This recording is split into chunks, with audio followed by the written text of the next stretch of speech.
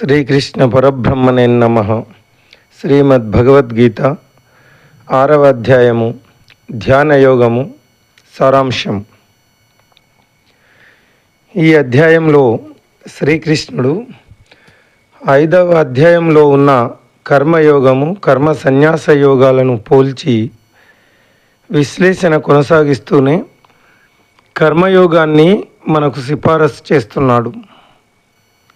మనం కర్మలను భక్తితో చేసినప్పుడు అది మన మనస్సును పవిత్రం చేసి మన ఆధ్యాత్మిక విజ్ఞానాన్ని స్థిరపరుస్తుంది. అప్పుడు మనస్సు ప్రశాంతత పొందిన తర్వాత ధ్యానమే మన ఉన్నతికి ప్రధాన ఉపకరణం అవుతుంది. ధ్యానం ద్వారా యోగులు తమ మనస్సును జయించడానికి శ్రమిస్తారు. ఎందుకంటే అశిక్షితమైన నిగ్రహింపబడని మనస్సు మన ప్రధాన శత్రువు. కానీ సుశిక్షితమైన నియంత్రణలో ఉన్న మనస్సు మన మంచి మిత్రుడు. తీవ్రమైన కఠిన నిష్టలు పాటించడం ద్వారా ఒక వ్యక్తి ఆధ్యాత్మిక పథంలో పురోగతి సాధించలేడని శ్రీకృష్ణుడు అర్జునుడిని హెచ్చరిస్తున్నాడు. కాబట్టి తినడంలో, పనిలో, వినోదంలో మరియు నిద్రలో మిత సంయమనం పాటించాలని ఉపదేశిస్తున్నాడు. తదుపరి మనస్సును భగవంతునితో ఏకం చేయడానికి సాధనను వివరిస్తాడు. ఎలాగైతే గాలి వీచని చోట దీపం నిశ్చలంగా ఉంటుందో అదేవిధంగా సాధకుడు మనస్సును ధ్యానం యందు నిలకడతో ఉంచాలి.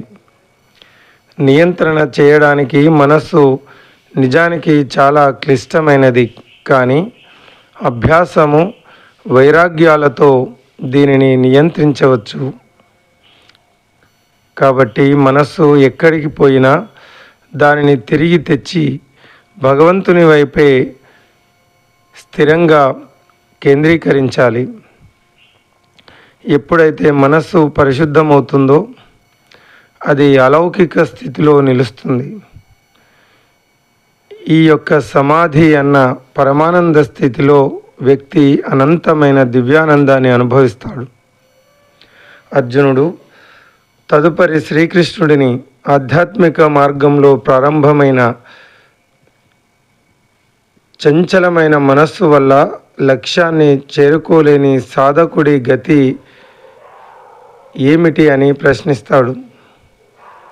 భగవత్ ప్రాప్తి కోసం ప్రయాసపడే వ్యక్తి ఎప్పుడూ చెడిపోడు అని శ్రీకృష్ణుడు హామీ ఇస్తాడు. భగవంతుడు ఎల్లప్పుడూ మన అన్ని పూర్వజన్మల ఆధ్యాత్మిక పురోగతి లెక్క చూసుకొని దానిని మళ్ళీ తదుపరి జన్మలలో పునరుత్తేజింపజేస్తాడు. దీనితో మనం ఎక్కడ విడిచిపెట్టామో అక్కడి నుండి తిరిగి ప్రయాణం మొదలు పెట్టవచ్చు. ఎన్నో జన్మల నుండి పోగైన సాధన ఫలంగా యోగులు ఈ జన్మలోనే భగవంతుని చేరుకుంటారు. తపస్సులు, మునులు, జ్ఞానులు, వేదశాస్త్ర పండితులు మరియు కర్మల కంటే యోగులే, కర్మయోగుల కంటే అంటే భగవంతునితో ఏకమవ్వడానికి పరిశ్రమించేవారు శ్రేష్టమైన వారు అని ప్రకటిస్తూ, అంటే ఇక్కడ జ్ఞానులు, తపస్సులు మరియు కర్మలు చేసేవారు వీరికంటే యోగులే అంటే భగవంతునితో ఏకమవ్వడానికి పరిశ్రమించేవారు శ్రేష్టమైన వారు అని ప్రకటిస్తూ ఈ అధ్యాయం ముగిస్తాడు. ఇంకా యోగులందరిలోకెల్లా భగవంతుని పట్ల ప్రేమ యుక్త భక్తిలో నిమగ్నమయ్యే వారే అత్యున్నతమైన వారు అని పరమాత్ముడు తెలియజేస్తాడు. Srikrishna continues the comparative evaluation between Karmayog and karma sanyasa. In this chapter he reiterates that Karma Yoga is a more practicable path than Karma Sannyasa. When work is done with devotion, it purifies the mind and enhances the spiritual realization. The mind then becomes tranquil and meditation becomes the primary means of elevation. The yogis strive to conquer the mind through meditation because while a trained mind is the best friend, an untrained mind can be the worst enemy for a spiritual aspirant. Sri Krishna cautions Arjun that by merely engaging in severe austerities, one cannot progress on the spiritual path. Therefore, moderation must be maintained even in basic necessities like food, sleep, work, recreation, etc.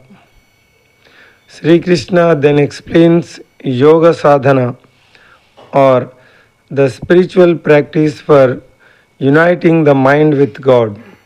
He says, similar to a lamp that does not flicker in a windless place, a sadhaka should practice keeping his mind steady in meditation.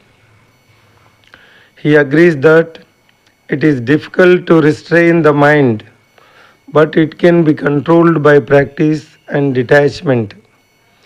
Therefore, whenever it wanders away, one needs to bring it back and continue to focus on God.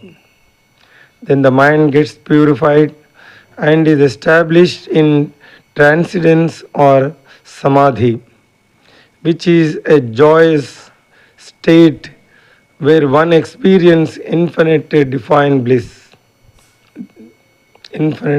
divine bliss.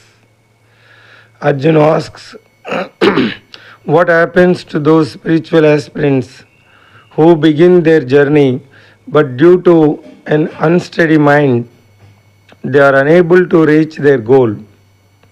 Sri Krishna reassures him that those who strive for God realization are able to overcome evil. God keeps an account of all our accumulated spiritual merit from past lives and reawakens their wisdom in future births. In this way, they can continue their journey from where they had left off, and with the help of their accrued merits from previous lives in their present life, the yogis fast track towards God. The Lord then concludes this chapter with a declaration that the yogi is superior to the tapasvi. The jnani and the karmi and highest among all the yogis is the one who engages in bhakti, that is loving devotion of God.